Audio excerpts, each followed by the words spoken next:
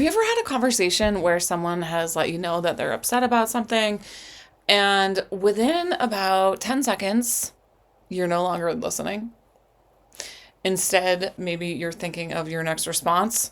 And it's not because you don't care, but because suddenly your whole body is trying to explain, clarify, defend your intentions, or prove that you didn't mean it in the way that they experienced it. A lot of relationship conversations start sounding something like, hey, when that happened earlier, I felt really alone. I was really upset. And almost immediately, the other person says, well, that's not what I meant, though. I was stressed. I had a lot going on, too. You're misunderstanding me. I was trying my best. And then suddenly, two people are talking, but neither person feels understood anymore. As a licensed therapist, the more I observe humans, the more I think that many people don't realize the exact moment where protection replaces curiosity in conversations. Because most people don't experience that moment as, oh, that's when I stopped listening. They experience it as, I need them to understand my side.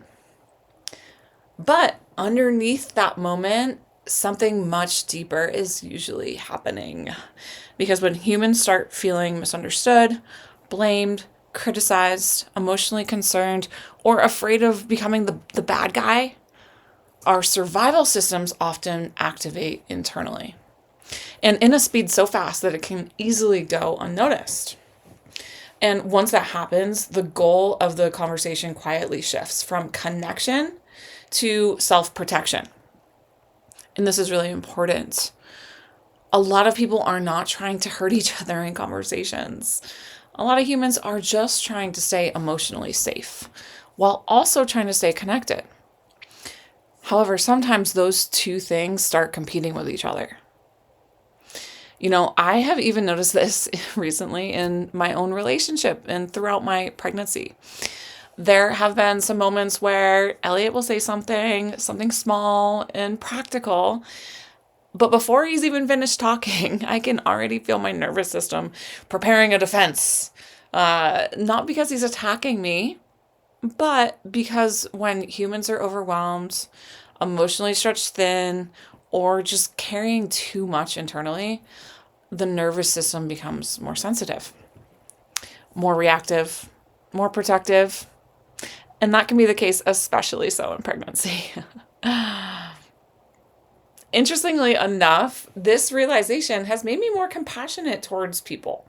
Because now when someone becomes reactive in conversation, I'm less focused on how do I win this interaction and more curious about what just started feeling unsafe within this person. Or for me, what just started feeling unsafe for me.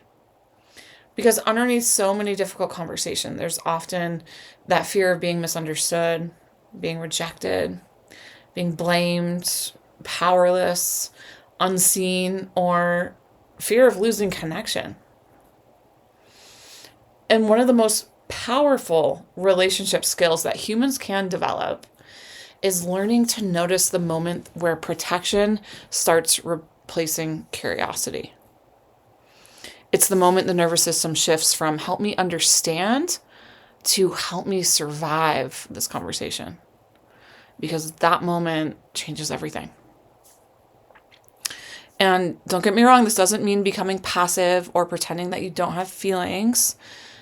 It means learning to notice the moment that your body starts mobilizing for protection before you immediately hand the conversation over to that impulse or that reaction. So more specifically, that can sometimes look like taking a big deep breath or a pause before responding. Sometimes it can just simply be an internal awareness of, okay, right now I am no longer curious. I'm trying to defend myself. Sometimes it looks like asking a follow-up question like, hey, can you help me understand what that felt like for you? Even while the part of you may disagree. And sometimes it's recognizing that, hey, I am just too activated to actually listen right now. And then coming back to the conversation at a later time instead of forcing it. Because listening doesn't mean agreeing with everything that somebody says. It means being able to stay connected long enough to understand their experience without immediately turning the conversation into your own self-protection. Most people are not walking around trying to disconnect from each other. No, not at all. Most people are just trying to protect themselves without realizing that the protection is slowly replacing connection. And I think many humans are longing for the same things, to feel emotionally safe enough to be imperfect, misunderstood sometimes, fully human, and still remain connected. So I'm curious, what happens inside of you when you stop feeling understood in conversations? And wherever this finds you, I'm so glad that you're here. Please take what fits, leave the rest, but do take care of yourself this week. And I will see you in the next one.